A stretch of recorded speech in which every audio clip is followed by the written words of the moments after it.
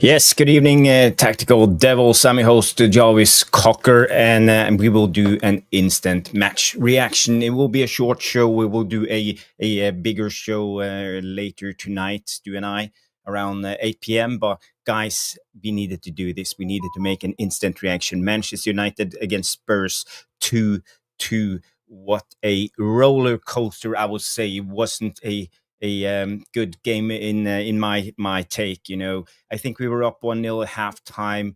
Could have been nil-nil. I didn't think we deserved it. Spurs came out second half, made a much better structure. I think that the sub of Koulibaly to Odegaard was crucial. I think he changed it up a little bit. We will talk more about it. Guys, girls, get your reactions in. Answer on the poll. Are you happy with Amorim's in-game management? And guys, girls, smash the like, subscribe to the Tactical Devils. I will be back after the intro, so see you in a couple of seconds.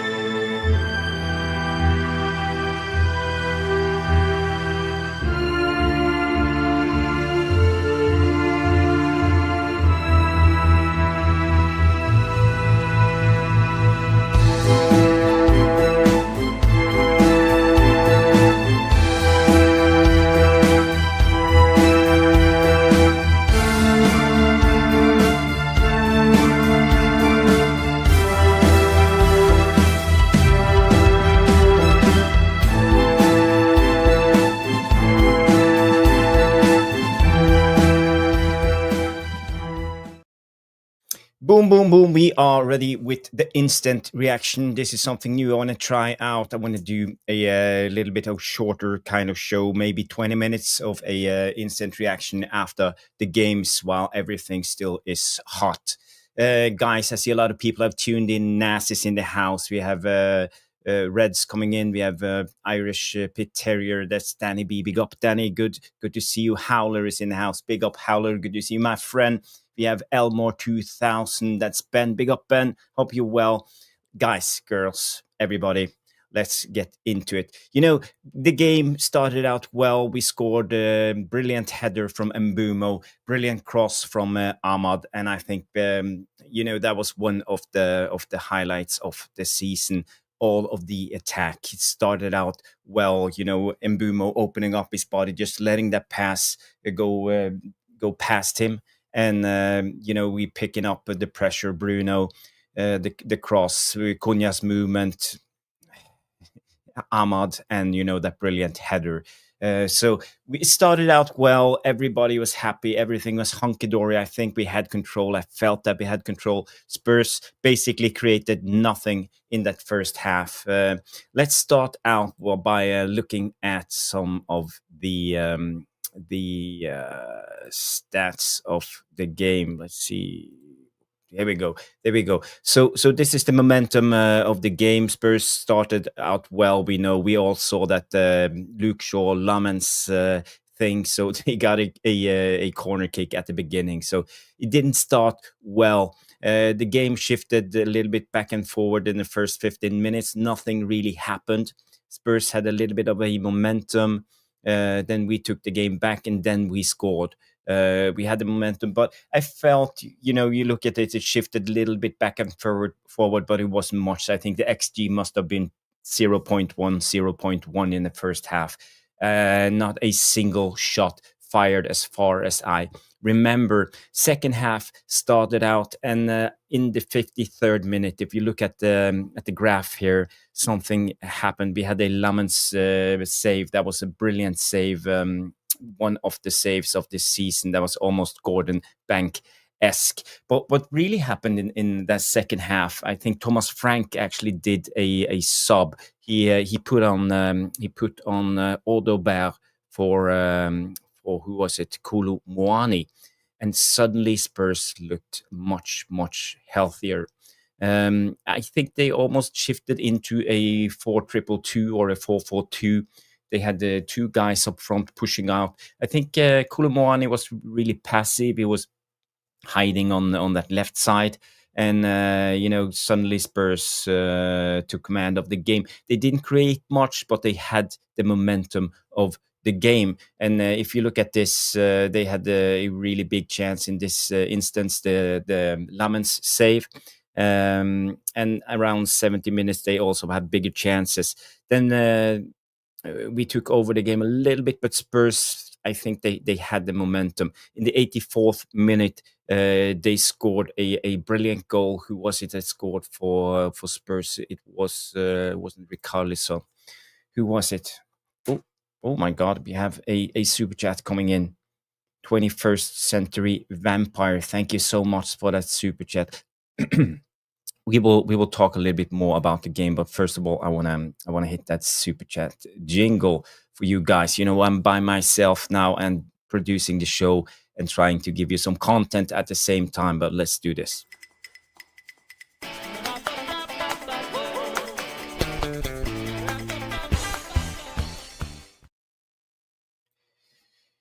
Yes, we have a big super chat coming in from 21st Century Vampire, coming into a pink one. Thank you so much. Really warms my heart. Comes in and say, so happy to catch you live today. 2 points drop in my opinion. Big up everyone. Hit the likes. Glory, glory, Man United. Yes, 2 points dropped again. I feel we are suffering under Ruben Amorim's in-game management, but not just that. It's more complex. It's also about the squad depth. We suffer tremendously. I think the Sesko sub today was one of the worst. I haven't seen Sesko so poor as he was today. For me, Mark said it in the group chat. Mark Langridge, he looks lazy, and I have to agree. I think sometimes Sesko looks lazy.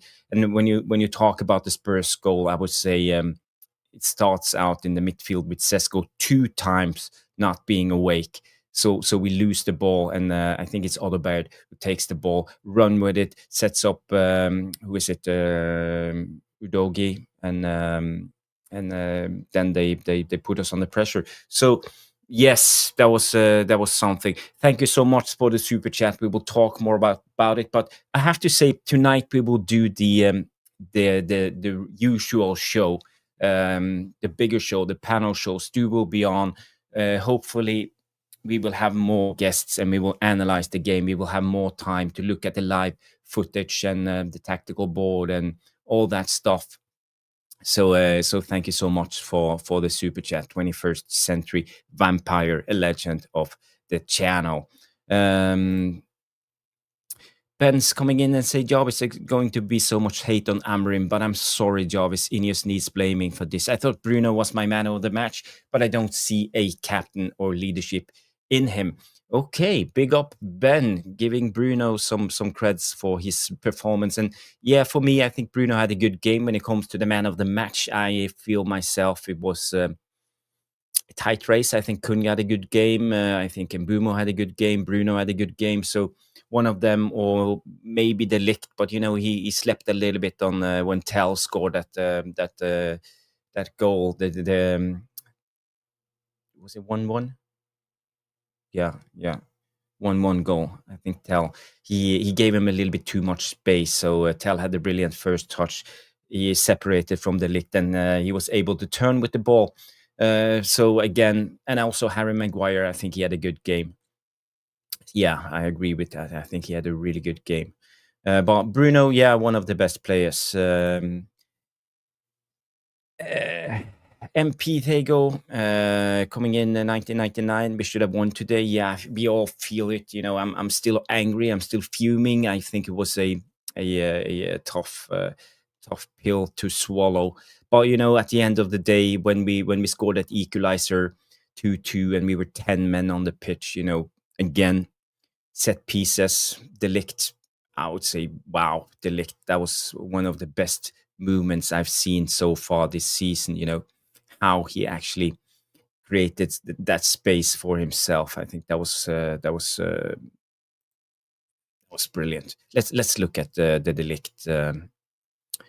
Ligt goal. Let me just move this up here for you guys. Okay, so here we go. I don't know if you can see this, but I want you to follow Matthijs de Ligt here in the middle of the park. How he moves up and drags himself back again to create that opening. You know, my drawings are terrible, so you have to excuse me. But look at this. Look at the Ligt.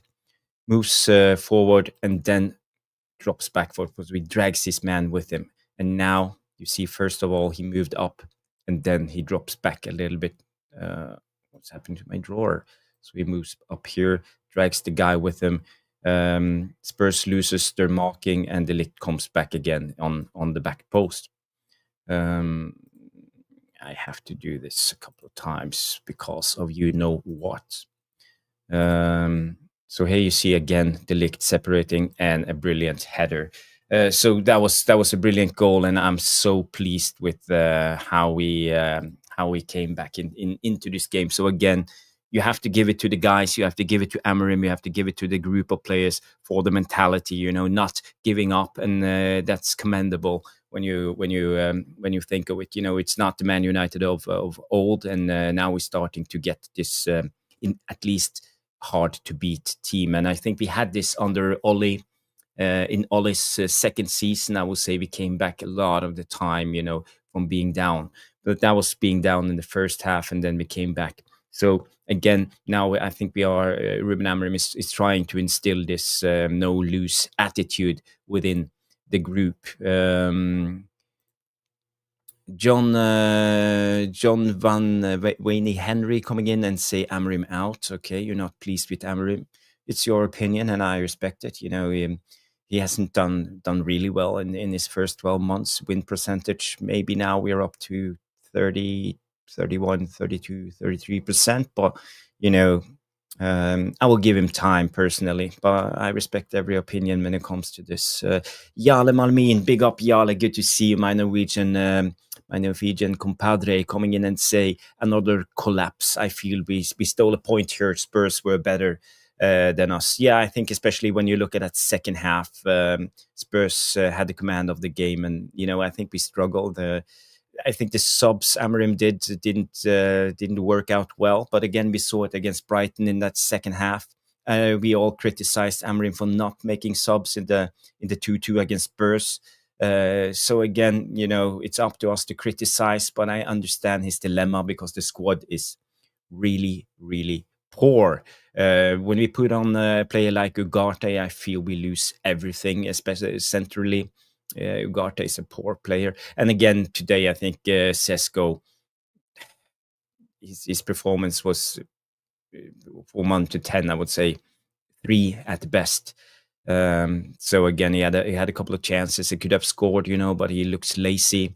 He didn't work hard, and he was contributing to us losing the ball a couple of times in difficult positions when we have the team higher up, and we let Spurs run at us because of this. So yeah, it's tough on Amorim, but he needs to do better. We need to fix this. We can't rely on just 11 players, and every time we make a sub, we are collapsing. So again, good observation. Good to see you, Jale. Danny B comes in and say mental lapse from the usual suspects like Dalot, Shaw, Ugarte, Shaw sleeping, standing like a statue instead of helping the Ligt for the first goal. Yeah, also again, but I think they started to trust each other, the back three, and I think if it was Maguire, because I think Maguire had a good game today playing centrally. Um, uh, it's not easy. Tell was by far much better than Koulibaly when he came up. He was much more lively. I could see it right away that Tell was a guy to look out for. He was dropping down in the pocket, in between, making it difficult for the centre backs. They had to push out, had to drop back. He was always constantly moving, and he made smart moves. So I thought Tell was a poor player up until today when I saw him, and but he had a really good game today, and he was vital. And also, the second half subs with Tell, Odegaard, and Udogie, I think all of them was really good and impactful.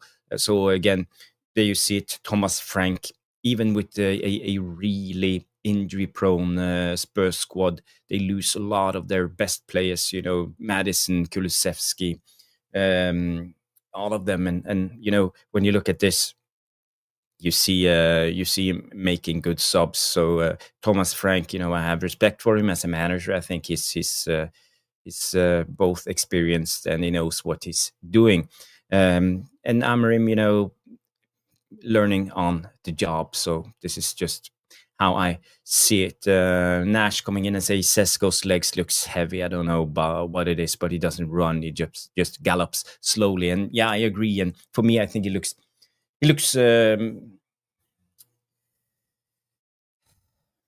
I'm not going to start a Sesko hate along because I feel it could easily end up with that. But he was poor today. He looks really poor. He looks really poor. Is it just me? 43. Good to see you, Jarvis. Ahmad was my man of the match. Draw not surprised, but keep Casemiro on. Bring on Xerxes would have won that game. I think Xerxes would have done a much better job than Sesko at the moment. Maybe Sesko. He walked off injured in the 87th minute, and the tackle from Van der Ven, the last man tackle when Sesko was through. I can't see anything what happened. I'm not sure. Maybe Sesko was injured from the get go. That's why he looked lazy today.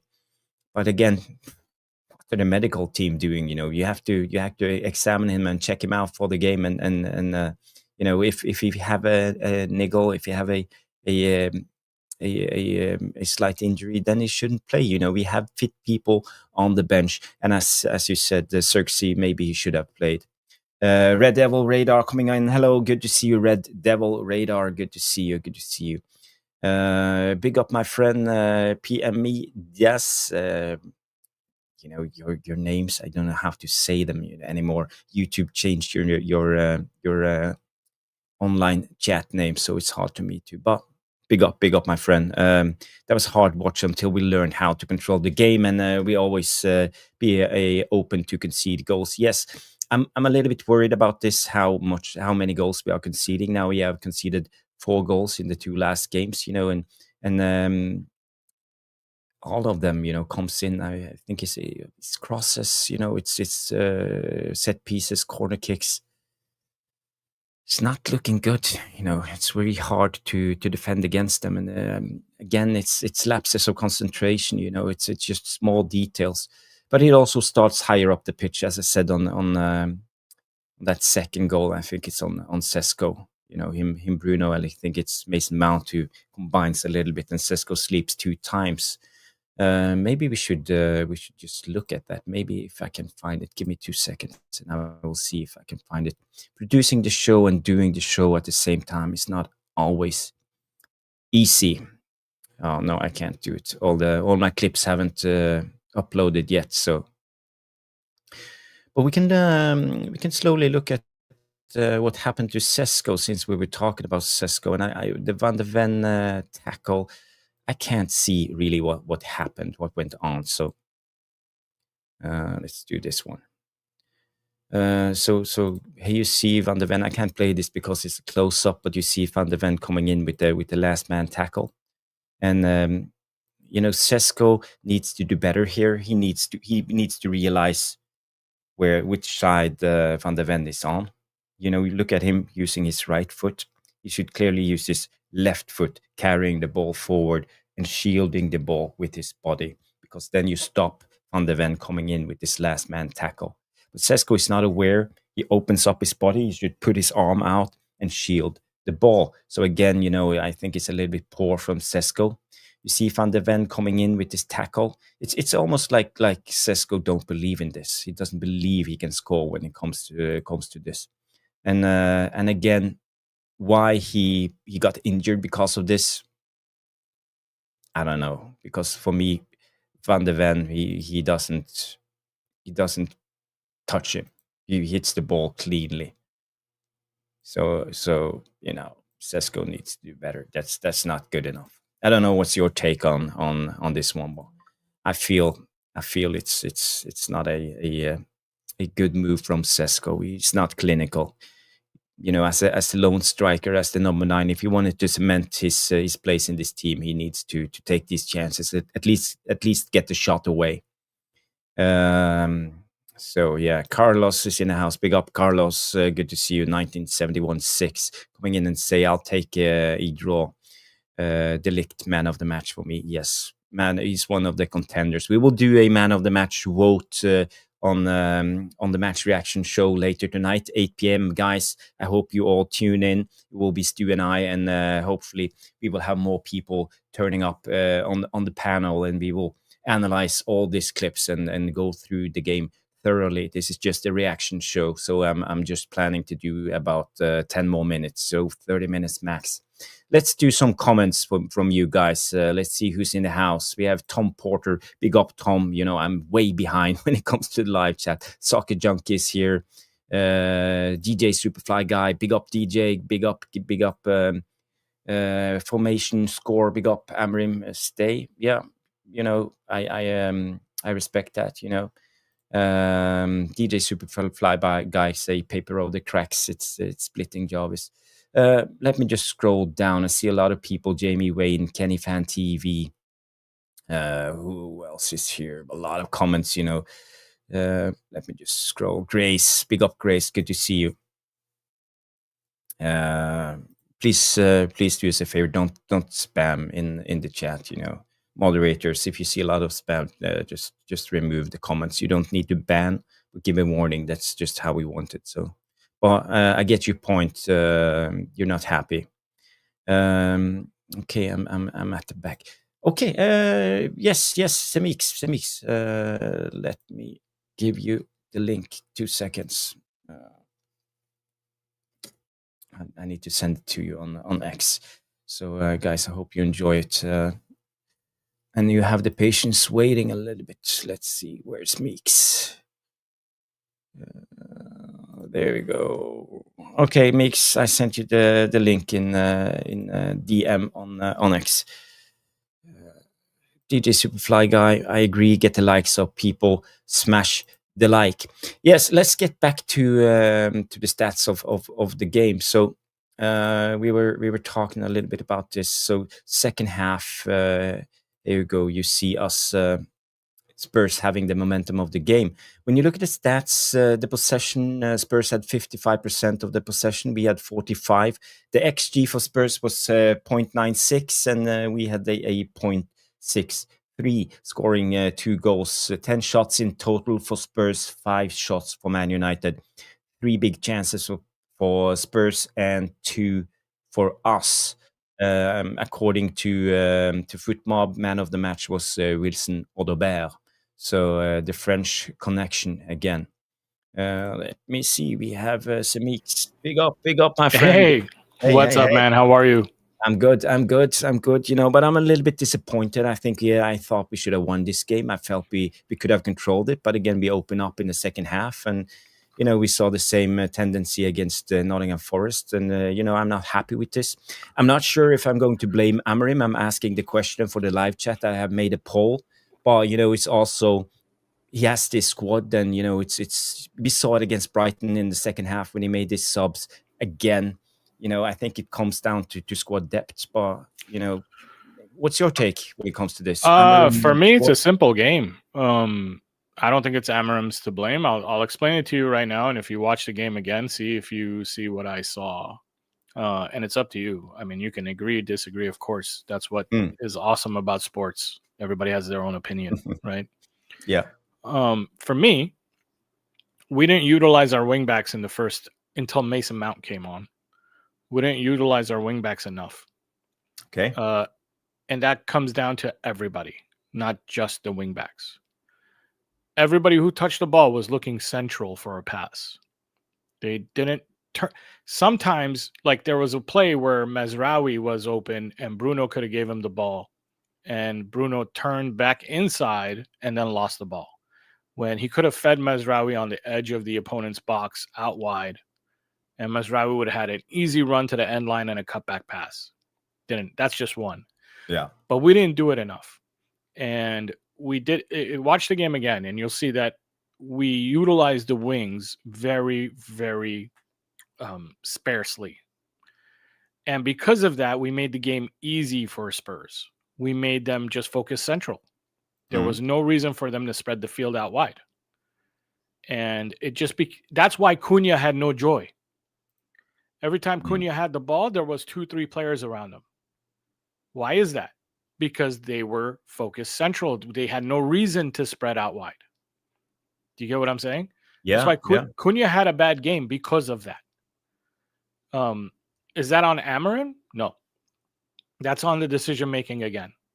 Amorim's system gives you choices out wide and central. You're supposed to use both. Amorim's system gives you choices short and long. You're supposed to use both. You have the diamond, so you have always at least 2 or 3 options when it comes to playing out.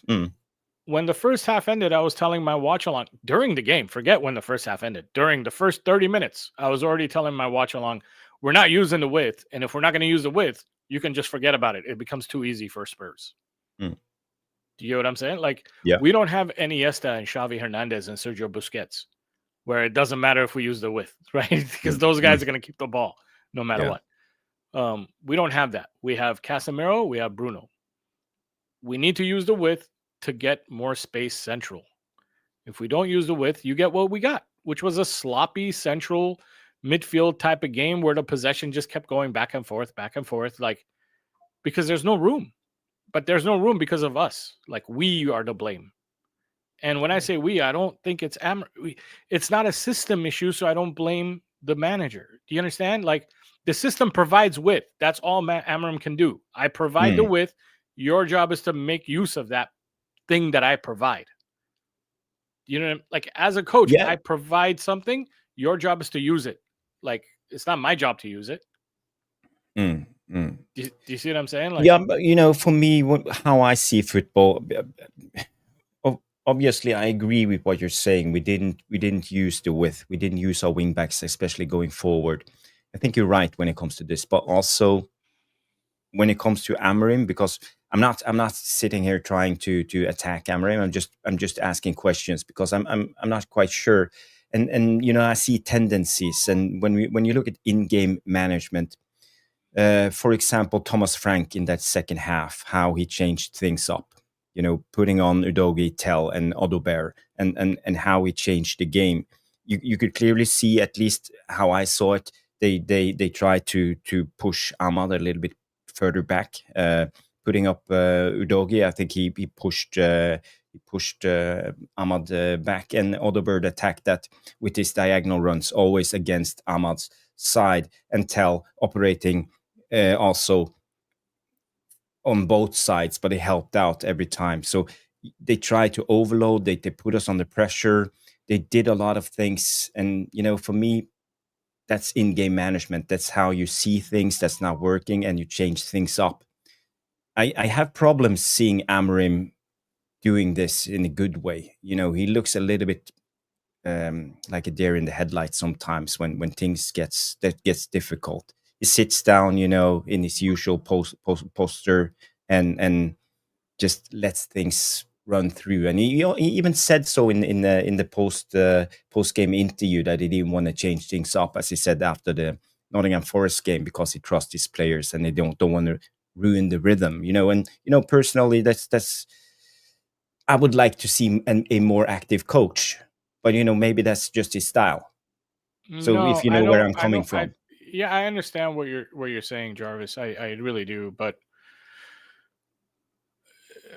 okay, so in his Sporting days, he used the entire roster. The entire squad would be used depending on the game. Today, you saw Mazraoui be used, Mount on the bench. You saw Mbeumo on the left instead of the right. You saw Dorgu instead of Delo. So it's not about him not wanting to change things. He wants to use the right weapon for the right job. I think so you're saying they put in Udogi. I'm talking about the in-game management. They changed up during the minutes. Sure. You're talking about Udogi came in because, you know, Thomas Frank had this genius idea to press Ahmad back and leave him back. But the truth is that doesn't happen if we keep the ball. None of that happens. Yeah. So it's not because Amorim didn't change the play. Again, I go back to the one. I honestly believe this was the biggest problem. We made the field too small. and they made the pitch big when they had the ball. Mm. We made the pitch too small when we had the ball. And it's not because of a tactical issue. It's because of a player decisional issue of where to put the ball. Players were turning central instead of out. Like even the receivers who were receiving with their back to goal were turning towards the center instead of turning to the out. Yeah. You get what I'm saying there? We made the pitch small when we had the ball, which is never a good idea. But you know that's what you get when you play for a player like Mbeumo on the left with his right foot. You know, or how he wants to. There you have a point. That is something I cannot argue against. I would be like, yes, you're right. Okay.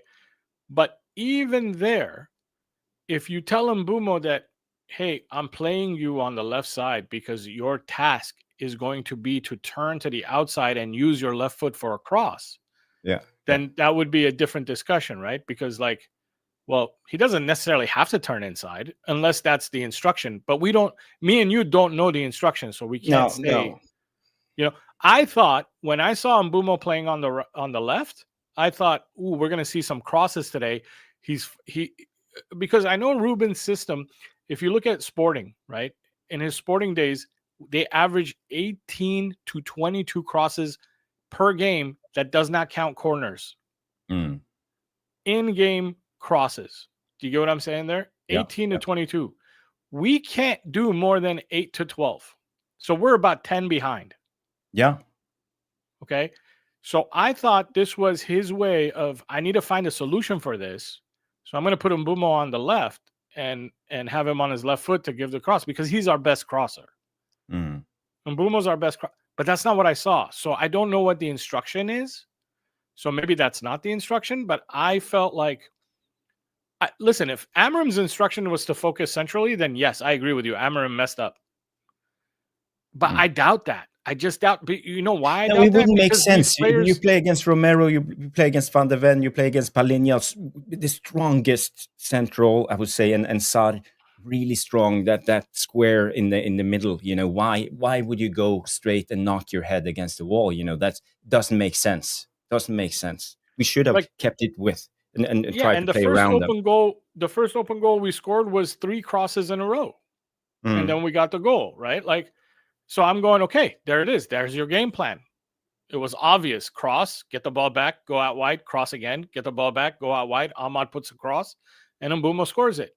And you go, okay, there's your game plan. And then we didn't see it enough because the ball wasn't going out wide. Do you get what I'm saying? Like, they were turning central. They were passing central. Even when I'm telling you, you're going to see this one play if you rewatch this game where Bruno had the ball and he was running diagonally towards zone 18, and Mazraoui was already around zone 18 by himself. And Bruno decided to turn back central and dribble the ball right into traffic and got it lost. And then they counterattacked. That's going to be that section is going to be a big part of the tactical breakdown video I make next week, because that one play showed the whole problem of what happened today. Because it happened over and over again, but that was the worst example of it. So it's the best way to show it. Yeah. You know what I mean? And I'm sure you'll see it and you'll show it in your videos too, because it was basically the whole problem, in my opinion. Now, look, does that mean it's an Amorim problem or a player problem? I don't know, because I don't know the instruction. I wasn't in the locker room. No. Do you know what I'm saying? But I cannot sit and think that it's a manager issue, because I don't think the manager is dumber than me. Do you know what I'm saying? Like, no, he's obviously he's much smarter than all of us when it comes to football. You know, he's a top tier manager. Correct, so, but I so do again, think the we gotta players. respect that, you know, well, maybe it's just ignorance. Maybe we don't understand the finer details into all of this, his choices. But again, I agree. You can even look at I think it was the Tel goal when talked about it, when Sesko is a little bit. I think he's a little bit slow a couple of times, and we lose the ball in the middle of the park. You can again see Bruno wanted to play it centrally, both him and Mason Mount, and we're not going on the outside, but we are forcing it almost centrally all the time. I don't know if you saw that right before they scored, Spurs, when we lost the ball. Yeah, that was 100%. That's another great example of exactly what went wrong today. And I I'm, really think that I wish that maybe I was gonna say maybe I'm biased, but I'm not biased. That's what I saw. Um, yeah. and to me, it's like that's where the conversation should be. The conversation should be number one, why aren't we going out wide? You know why we're not going out wide? Because players who believe and trust in teammates, they give them the ball. Mm. I don't think our players trust Dorgu or Mezraoui on attack out wide. When we have the ball, I don't think our central players like Bruno, like That one, Cunha, yeah. Mm. I don't think they trust these wide. They're like, I'll do something better this way. The player I trust is central, so I'm going to turn towards him. Mm. Mm. Okay, and that's a natural instinct in every sport. But I have to say, Mix, when it comes to this, also what I think lacked today was switch of play. We didn't switch from one 100%, side to the 100%, other because a lot of 100%. the time, But okay, doesn't the ball have to we go don't out use the wide for that to outside, and happen? yeah, but we But how should have could you're switched not going much to more. if you're already central, you're not going to switch the play, and if you're already not going wide, you're 100%. That's also a Mm. part of going out wide, right? Like Mhm. when you Yeah. say switch play, it's going wide. It's this Mm. we're saying the same thing, but there's different ways to go wide. You can switch it out wide. You can just tiki taka it and then find your way out wide. You can. There's all. Yes, the point is yes, you're right, but Mm. that's not the only. Like there's a million ways. I just think. But why? Why is it not happening? I think again, it comes down to trust. They don't. Let me put it this way: if you had, who's a good player out wide? Frimpong, Nuno Mendes. Mm. If he was your teammate, would you pass him the ball? Yes. You know what I'm saying? But Yeah. Yeah. if you have Cunha inside and you have Mazraoui on the other side, your brain naturally is going to want to turn towards Cunha. Mm. Mm. You get what I'm saying? Like you Yeah. have a split second decision and you want a goal. Mm. In that split second, your instinct is going to go towards, I know he can score. Well, but when it comes to football, Mix, you play the game yourself. A lot of the time, it's about the defenders to push up the midfielders who will push up the strikers. And you could see, I think it was the middle of the after we scored a goal in Mbeumo header, you could clearly see Amorim giving instructions to Luke Shaw, and he wasn't calm. He was quite angry. He was like pointing, saying like this. I don't know if you noticed Yeah, I did. I said that the in my little watch segment, along, I said, and he I'm going to was watch talking this. to Luke Shaw because he wanted Luke Shaw, and especially I think both Luke Shaw and the Ligt, to be much more aggressive, push much higher up the pitch, move the rest of the team a little bit higher. And I think he felt that was one of the biggest problems, especially when it comes to the first half. When you think of this reaction from Amorim, I'm just speculating. I don't know what he said, but it looked like he was asking him to push more aggressively into the midfield. I don't think you're wrong because look, anybody in possession would want, ideally, if you feel like you have a strong team, Mm. when you have the ball, you want to compress up as much as you can, right? Yeah. You want to compress up and spread wide. That's where you want there to be a lot of Stages, it's yes. yeah. You want to compress up and spread wide, right? Compress up and spread wide. That's what you want. And when you don't have the ball, you want to go narrow and compress down, right? Yeah. So this is like if I were just to Go use like it with my this. hands, you want this in defense and you want this in offense, right? Mhm. So I don't think you're wrong. Again, I cannot blame the manager because his tactics and system provide these options. They're just not being used. Yeah. And why, another reason why I can't blame the manager is because for years now, we haven't had a perfect. If we had a perfect squad 2 years ago that were making great decisions, then I would tell you, okay, this manager needs to go. Mm. Do you see what I'm saying? Like, Yeah. in my opinion, if Arne Slot loses 10 games in a row, he needs to go because we already know that what that squad is capable of. Mm. But if a Manchester United manager loses 10 games in a row, I'm not 100% sure the manager has to go because the squad hasn't proven that they are perfect. Do you understand what I'm saying? Yeah. And at least it's hard for the board to know if they're doing the right decision, because it's we all hard. Yeah, know it's harder. this It's these harder, group of right? players It's can't be harder. trusted. This squad is at best, it's half done. We need 100%. But better the good center backs. We news, need, yeah. but the good news, Jarvis, and I think we need to keep that positivity. The good news is it's half done the right way, right? Like we're moving in the right direction. I want to make sure that people understand that I'm not sitting here saying everything is bad, everything is bad, everything. No. I actually think we're on the right path. One of the things we talked about in my watch along today was that we're in phase 2 of the Amorim rebuild, in my opinion. Yeah. We're not in phase 1 anymore. We're in phase 2, where we're getting draws. We're getting a little more confidence. We're off the ball movement is actually not that bad. Okay. Our off the ball movement of man marking and switching marks, if you pay attention to the game, you'll see Harry Maguire coming up, the Ligt moving central, Harry Maguire then coming back down, the Ligt moving back out. Almost like a dance. They It's rotate, interchange. Yeah. they sucked at this 3 months ago, Jarvis. So like they're really it's getting better. You understand? But the dance going forward is still not good. You know what I mean? The dance going forward is better, but there are some times going forward where they're doing the same dance move over and over again, and the song has changed. No, the song changed. You gotta change your tempo. You gotta change your dance move, and they're doing it like for 2 games in a row. We did nothing but long balls, which is not the way Ruben wants to play. You know. So you know why people say that when they say that? What I attribute that to, and by the way, I don't take it as an insult. I attribute that to because when you talk about tactics, the way I talk about tactics, it could be boring. Because what people want is emotion. They want me, screw him and screw that guy and get him out of it. You know what I mean? That's what they want. I'm not. We can that both guy. sit here like emotion, trigger emotion to trigger your emotions all the time. But it's not what we are here for. Both me and Samix are calm guys. We are logical. We look at this from a tactical point of view, and this is the tactical devils. If you want screaming, go to another channel. That's just how it is. I think I know Dave, and it's just a good piece of banter. So big up, Dave. Big up, Dave. Mix. Let's just. My phone is calling me.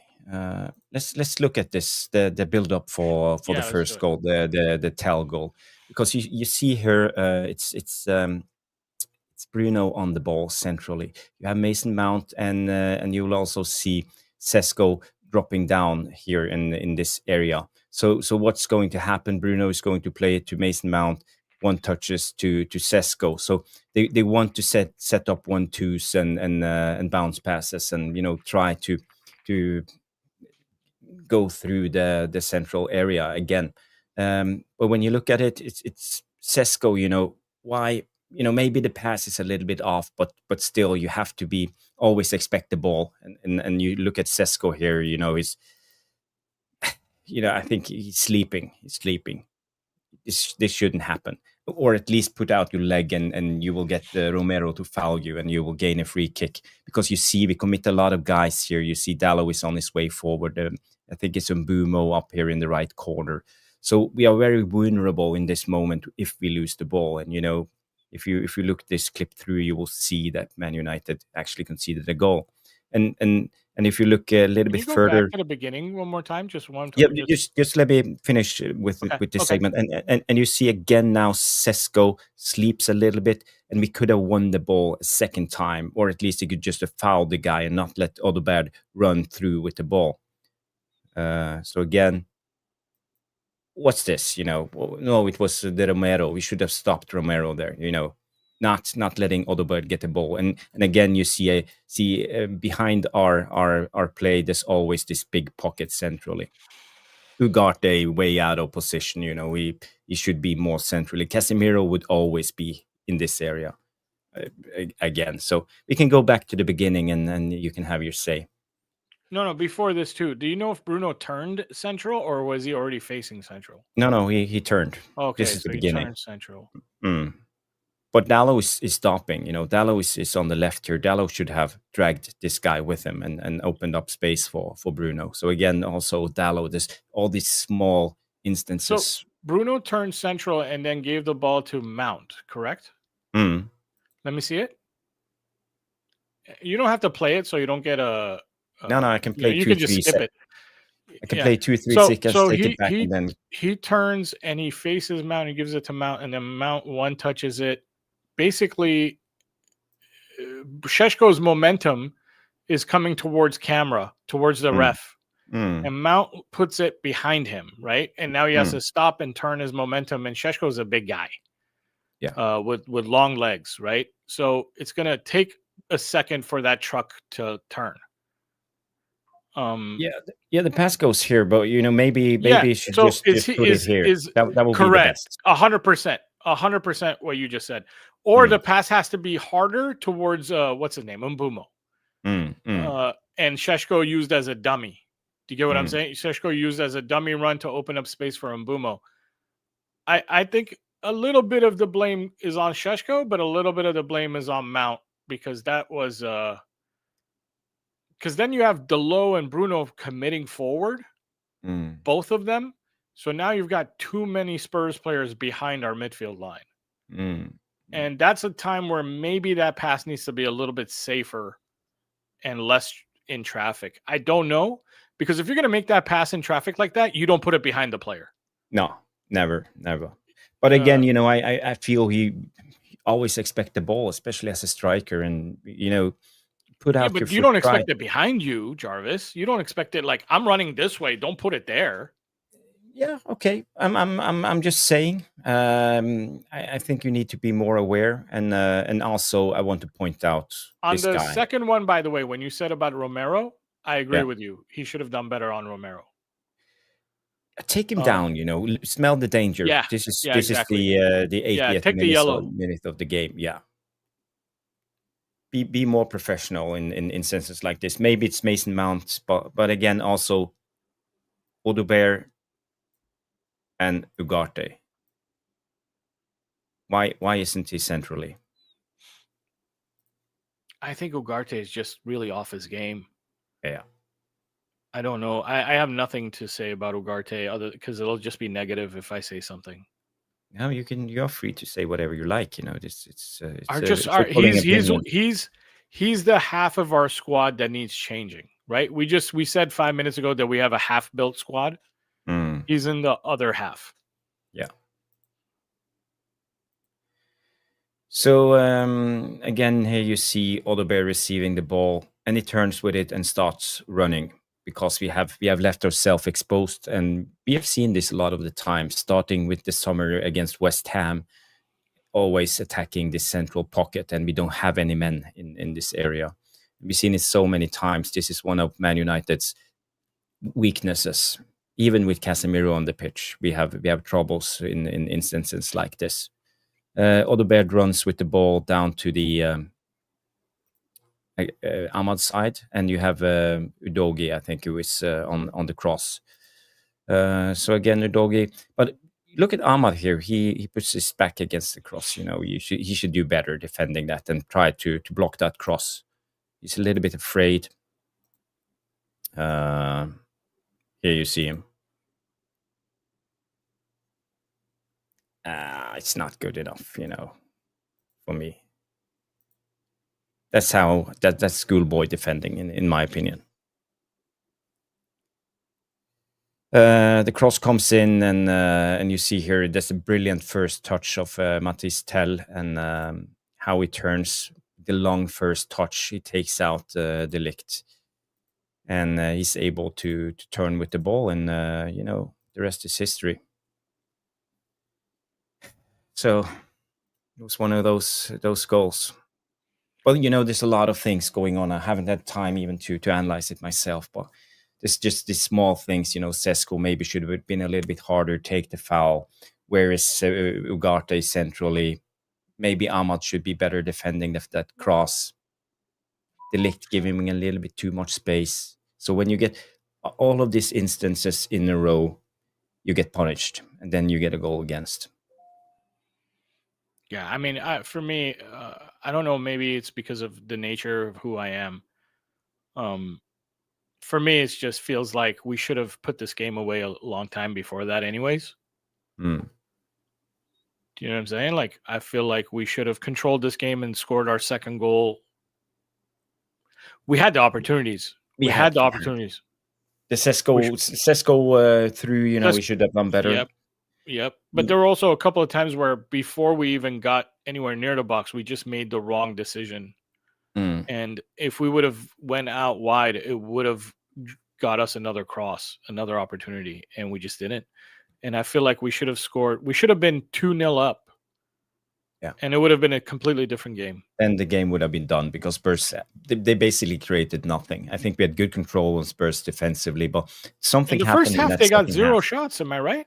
Hmm. You can correct me if I'm right, but in the first half, they had 0 shots, right? I think they created XG of 0.07 in that first For the half. whole game or first half? No, for that first half. I think that the one, the big Lamens save, I think that was a big XG. I haven't looked at it, but I think they didn't have even one in XG. I think it was 0.97. So, but big up Sanchit coming in with a super chat. Sorry for keeping you waiting. He said a draw playing as Spurs is not the end of the world. Some Ruben decisions should have been questioned. Last 8 to 10 minutes, we play with 10 men, and we need help in January. And I think that's a sensible comment. You know, we need to strengthen this squad, and we can't wait until the summer. At least if you're serious competing for top 5, if we are going to try to get that Champions League next season. I don't know, what's your take, Samix? Do you think we will get players in January? What's your gut feeling? I think it would be a crime if we didn't. We should at least have pre-agreements. Like, if you don't get players in January, there should at least be stories that so-and-so player is definitely joining in the summer. Mm. Do you know what I mean? Like, if that's the case, then you can't complain. If the player is just not available, our first choice, just not available. But it's the deal is already done for the summer. Then you can't complain. You got to go, okay, I get it. That's understandable. Business is business, you know. But it would be a crime if we didn't get people in. Look, the thing that worries me is the fact that I don't think left wing back is a priority. That worries me. I think the priority is center midfielder and center back. Yeah. And it worries me. I don't think center back should be a priority. I think it should be center midfielder and left wing back. But you clearly see Ruben's not happy with the center backs because he demands so much. I said from the get-go, the center backs are the playmakers, and you know, we lack a little bit when we come to this being the playmaker. You know, we saw it in the beginning on the Ruben when we had Martinez, Lisandro. He was brilliant, you know, breaking the lines with his passes, both one and two lines, and finding the number 10s. And I think this is where we really lax, and that's why I think we go more direct, because we don't have the players doing this. So I think Ruben Amorim needs to compromise himself playing with these center backs. He wants to be more line breaking on the ground, not long balls, as we have seen us doing lately, playing more direct. So again, I understand why he wants these new center backs in.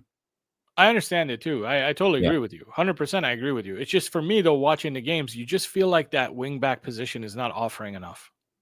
Yeah. And the center backs are like, can't wait till summer.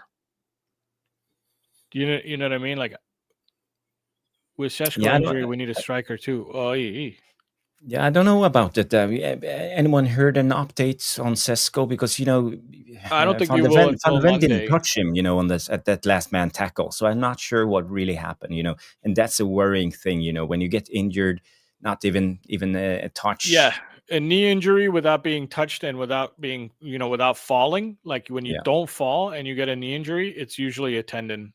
And that's usually we're talking at least 3 months.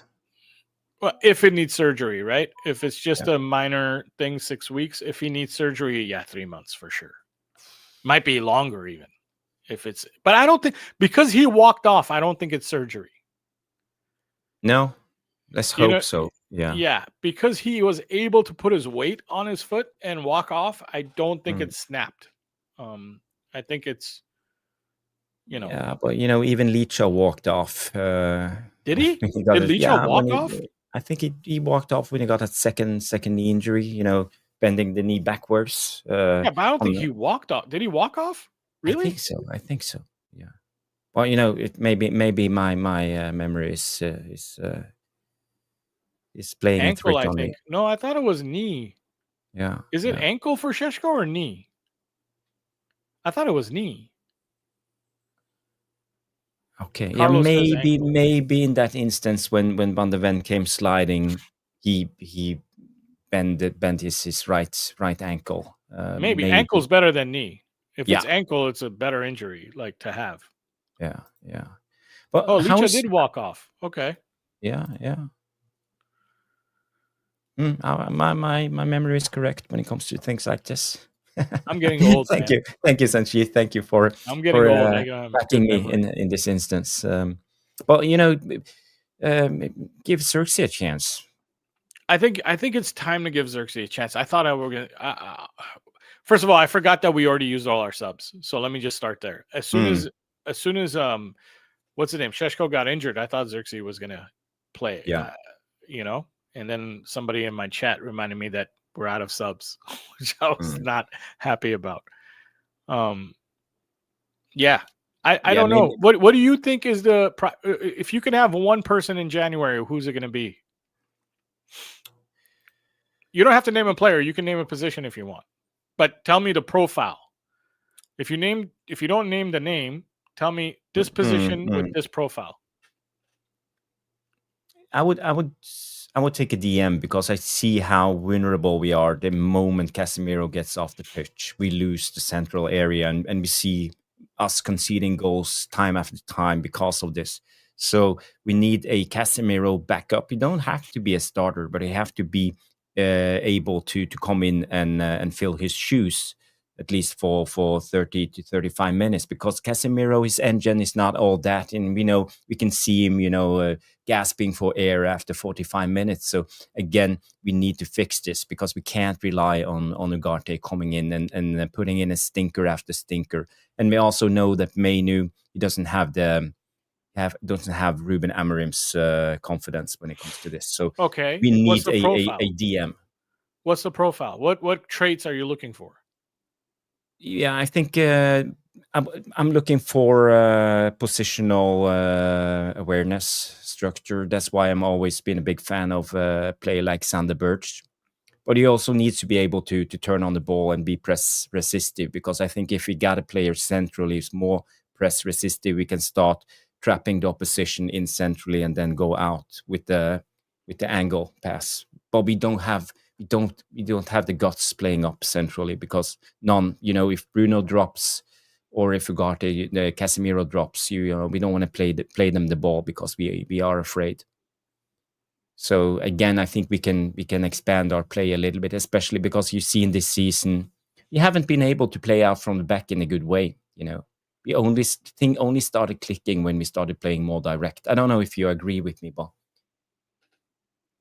No, I agree with you, but it's not by design, right? It's not what he actually wants. It's a what do you call it? It's a fallback plan, if you will. Yeah. Okay. But I thought he wanted to zigzag from one side to the other. Correct. But now we usually don't zigzag. We usually go with the center back over to the other center back or center back to goalkeeper. We never go for center back, DM center back when we zigzag from one side to the other. No, he doesn't have to. No, we could go center back to center back. I call it the CB switch. That's been around since the Sporting days. That's okay. But it goes. But why do you want to go with the DM first? Because the momentum of the opposition when they press. Opposition team, that's also there. But I don't. You want to stop that. Yeah, 100%. But I don't think it's a rule. I think it's you do what is given to you. Like if the opposition says, "Oh, we're gonna mark your DM, so you don't do that." Okay, fine. We'll go center back to center back. Do you get what I'm saying? Like, it's very fluid. It's not. There's no rules. No. But what I was more curious about is, like you said, I want a center midfielder to come in. Like, doesn't have to be a starter. Unfortunately, I don't think that's an option.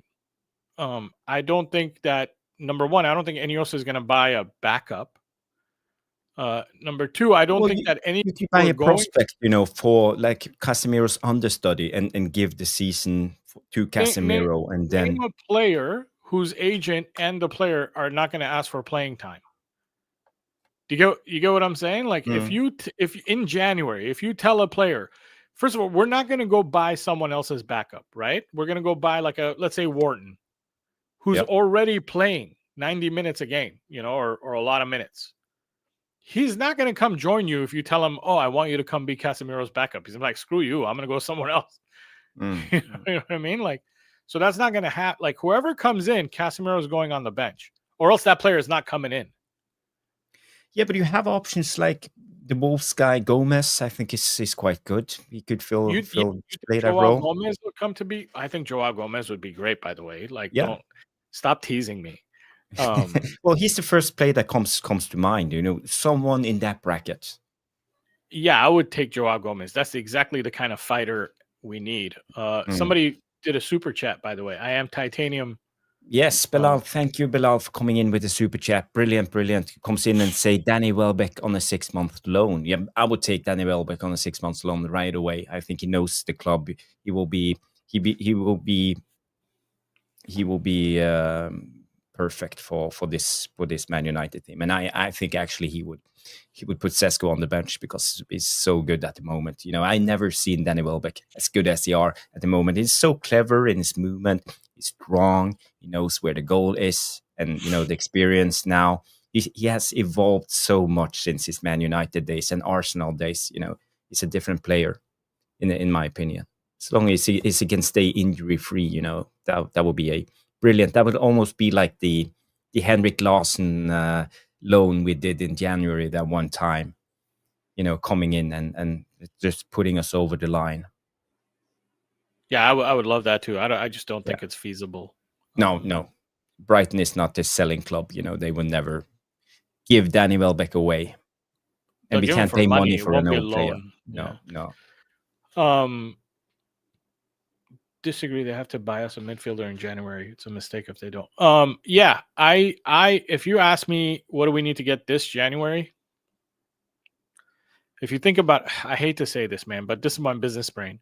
If you think about it, midfielder is a must, but it's not a January must, is it? Like, do you see what I'm trying to say? Like, we have options, one good one, and the we rest don't are not trust him. good. That's the problem. Basically, we have only 2 midfielders at the moment because he doesn't trust Kobe Mainu. And I really hope we get 2 players. I really do, because I agree, we do need that midfielder. We do, but God, we need more options out wide. Yeah. So to answer your own question, you would go for a wide player, because I think once we lose Ahmad in January, you're going to see more of what you saw today. Yeah. It's going to be even worse. You know what I'm saying? Once we lose Ahmad in January, we have 0 wide. And no one's going to pass to these guys. Do you get what I'm saying? Like Mazraoui, Dorgu, Mazraoui, Dalot. Mazraoui won't even be here. No, but we have Diego Leon and Shea Lacey. And maybe one of the Fletcher twins will come in and try to play a part in this. Then again, we're relying on Diego Leon off the ball was scary to watch in preseason. Yeah. He was he's young. So he commits, eager, he just runs, and that makes you very easy to dribble around. I mean, somebody did that to you in your video when you were playing like 2 weeks ago. And you just went like this, and then the guy ran that way, and he was coming with too much momentum. I mean, yes, you made a good move. It's exactly what you should do if somebody's coming at you with that kind of momentum. Yeah. You know what I mean? But if the player was a little more respectful of you and didn't come in with so much eagerness and momentum, your feint wouldn't have worked. Do you get what I'm saying? The feint. I agree. But getting back to the game, you could see Dorgu actually doing this a couple of times, coming in with too much momentum, exactly. Dorgu getting overplayed defensively. I have a lot of footage. We will actually do a segment on the Dorgu on tonight's show with Stu, because I want to analyze this and figure out what happened to Dorgu. And Edward Almonso, big up Eduardo, coming in with a super chat, $1.99, saying Dorgu and Sesko have been very underwhelming, and I think we agree. And we got a lot of answers. The fan base have been almost demanding Sesko and Dorgu to start this game, but again now we finally understand why. And I think Dorgu had a poor game. He had some moments when he was good, defending. He had especially one tackle, one against one. Defending, but again, I think his body position is wrong. He faces Luke Shaw when he receives the ball. He needs to make 3 touches before he can turn with it. He puts himself into trouble. When he shouldn't. Open up your body, use 1 touch, get in the right direction. And defensively, he charges the player and comes in with too much momentum. So, well, it's a good spot there, Semix. You mean Eduardo, right? Yeah, and Eduardo. But you mentioned it first, yeah. So I think by the way, something you said right now when you were talking, you said we've been asking for Sesko and Dorgu, and now we know why the manager wasn't playing him. Honestly, think the manager has been proven right since last season. Last season we were asking for at the end of last season, Casemiro was getting a lot of minutes, and people were saying, why not Ugarte? And then we found out with Ugarte what happens. A lot of people asked for Menu, and then we played Menu last 20, 30 minutes. And you see that Menu without Casemiro doesn't work. Menu without Ugarte doesn't work. I forgot what game it was. I think it was 2 games ago. We put Menu in the 60th minute and took Casemiro out, and it was Bruno Menu, and it didn't work. We didn't get the ball back at all. So Menu needs either Ugarte next to him or Casemiro next to him. Somebody needs to cover his back, right? Because he's not defensively positionally aware. Yeah, he's clearly lacks the experience needed to play in the Premier League. 3 games ago, people were wondering why the manager started Maguire and benched Euro, and then Maguire scored was it game-winning goal or was it the game-tying goal? Maguire scored it. Do you know what I'm saying? I think this manager, every time he's been questioned, maybe the answers don't come fast. Maybe they take 6 months before you find out what the answer is. But he's been proven right a lot of times. And I think for me, he deserves more trust and acknowledgement that, like, maybe he does know what he's doing, guys. And the thing that's really poor and the thing that makes you frustrated as a fan is that the squad's not good. Yeah. And Ruben Amorim is aware. He must know this. He 100%. Guys, like when he took over Sporting, he made 21 changes in the first transfer window. 21 players he let go.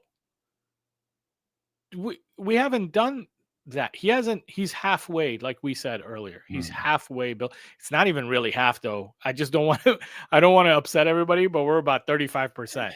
But you do realize he said we need a midfielder in the summer in an interview, and then we didn't get it for him, and we didn't give him and he also said a couple of weeks ago we need a ready-made player who can come in and do a job right away. I think he's putting his wishes out there, but it's up to Ineos and the Glazers to provide. And I don't think they are willing to. I think they are holding back. So again, I think he asks for help, but he doesn't get the help needed. Yeah. And Jarvis, when you say halfway built, right? When you say halfway built, are you just talking about our starting 11, or are you talking about a team that can compete in 2 tournaments? Are you talking about a team that can compete in Europe and Premier League? Yeah, that's a long way. We are talking 2 years at least, 2 seasons before we can do something like that. That's why I say our squad is only 1/3 built. It's 1/3 built. Like if we had Europe right now, oh my God, look what happened when we had Grimsby. Yep. Imagine if we had Europe, we'd get humiliated every week. Or we have to choose, going for the Premier League or the Europa League or whatever, So yeah. Correct, but we still get humiliated in the one we don't choose, right? Believe me, like this is going to take time, and this next summer, I don't know what January is going to do. I hope January we get at least 1 or 2, But summer, we need to bring in another. Like we need 2 in January. We need 7 total. I don't care how you do the math. January, summer combined needs to be 7 players, and we need to get rid of 7.